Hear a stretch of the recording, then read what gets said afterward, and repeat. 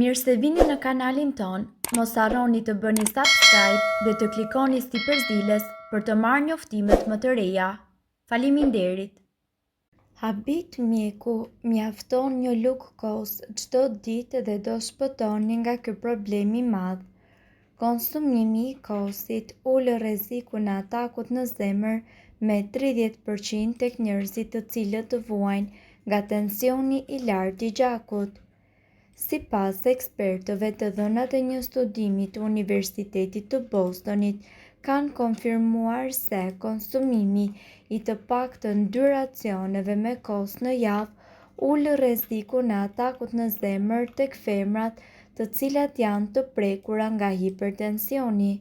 E njëjta sasi ul gjithashtu rrezikun e atakut në zemër apo të ishemisë tek meshkujt me 19%. Shkencëtarët gjithashtu analizuan 55.898 gra të moshave nga 30 deri në 55 vjeç dhe 18.232 burra të moshave nga 40 deri në 75 vjeç.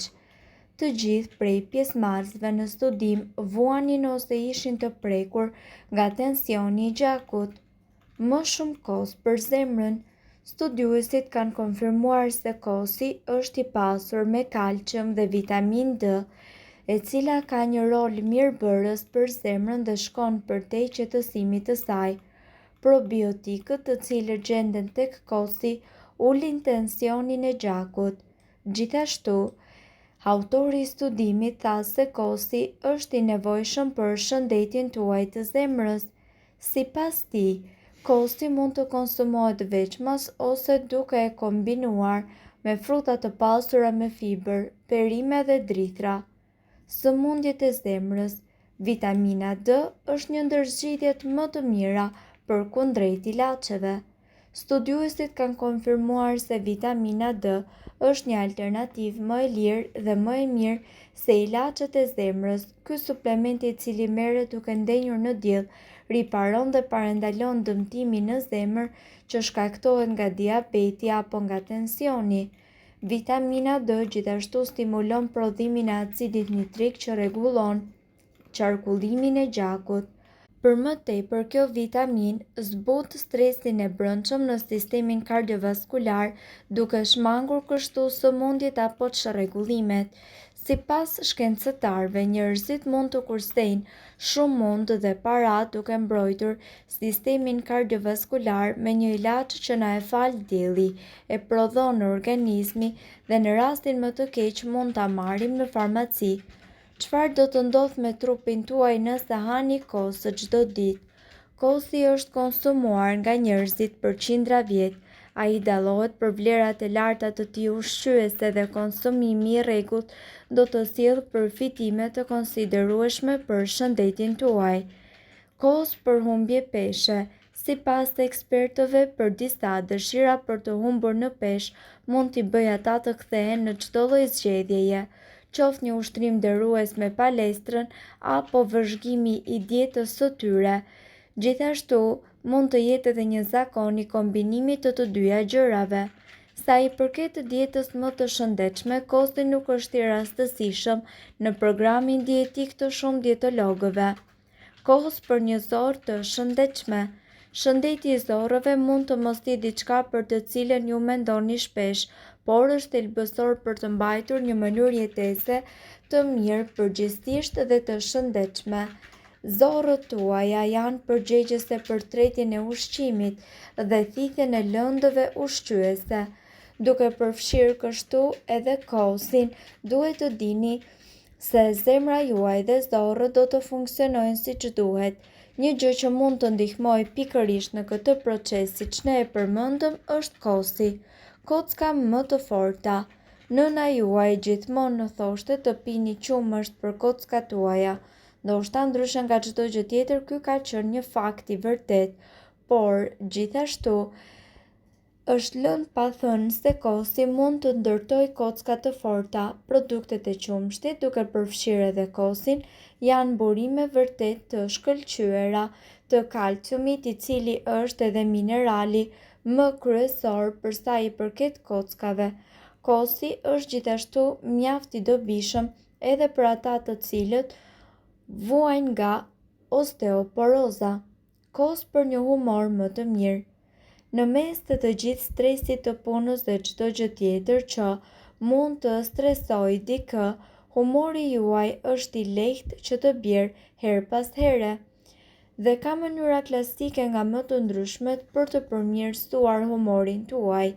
Ushtrimet edhe gjumi më i mirë, por edhe ngrënia e kosit janë përforcues të mrekullueshëm të humorit. Sistemi imunitar do të jetë më i fortë. Gjithashtu, sipas informacioneve, në ditët e sotme është më e rëndësishme se kur që të kemi një sistem imunitar mjaft të shëndetshëm për të luftuar sëmundjet dhe infeksionet. Një nga mënyrat më të mira për të trajtuar infeksionet është duke ngrënë kos çdo ditë, pasi kështu ju do të ushqeni traktin tuaj gastrointestinal me baktere nga më të shëndetshmet.